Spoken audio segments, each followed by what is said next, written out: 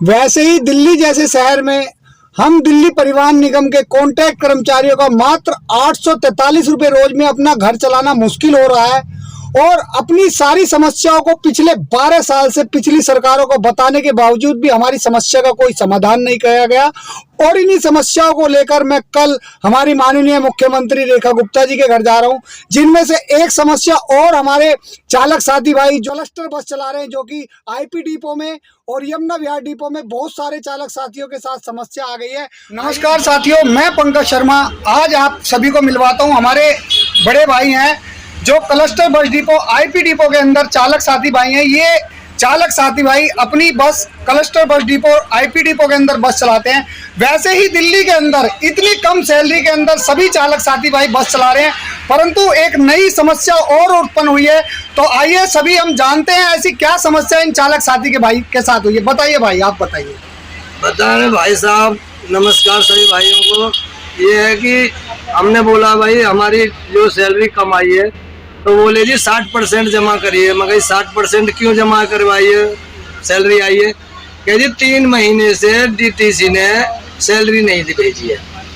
ये हमारे जो मालिक हैं इन्होंने बताया है अपने पास से ये सैलरी आपको 60% दे रहे हैं। तो ये समस्या उधर बालकों की इस समय फीस चल रही है, एडमिशन चल रहे हैं, कोर्स दिलाने, अब वहाँ मास्टर मानते नहीं, बालकन को एडमिशन नहीं हो रहा। अब बताओ हम किधर जाएं, हमारे पास भी बहुत समस्या हो रही है। इस समय इन भाइयों की जो सैलरी है वो मात्र 8 से 10 हजार रुपये इतनी लगभग आई है ना। 8-10 हजार 12 हजार रुपये इनकी सैलरी आई है। और इस सैलरी के अंदर दिल्ली जैसे शहर में रह करके बड़ी मुश्किल से अपने परिवार का गुजारा करना पड़ता है। और ऊपर से जो है सैलरी इतनी कम भेज करके स्कूल के टीचरों को फीस देनी है और बच्चों की किताबें खरीदनी है। अभी किताबों का भी समय आ गया, तो ऐसी स्थिति हम सभी चालक साथियों के साथ में पैदा हो गई है। तो ये काफी मुश्किल से गुजारा करने वाली बात है।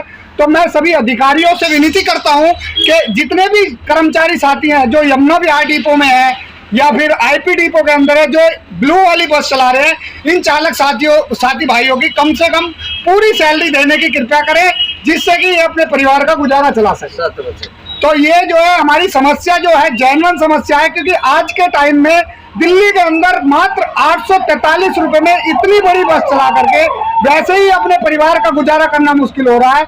ऊपर से ऐसी स्थितियां और आ जाती है, घर में हारी बीमारी भी है, बच्चों की पढ़ाई लिखाई है, दूध है, किराए का खर्चा है। तो ये लगा लो इतनी मतलब आदमी को टॉर्चर किया जा रहा है, इतने ड्राइवरों को टॉर्चर हो चुका है, इस समय बहुत परेशान हो चुका है। तो सरकार से भी अधिकारियों से भी विनती है।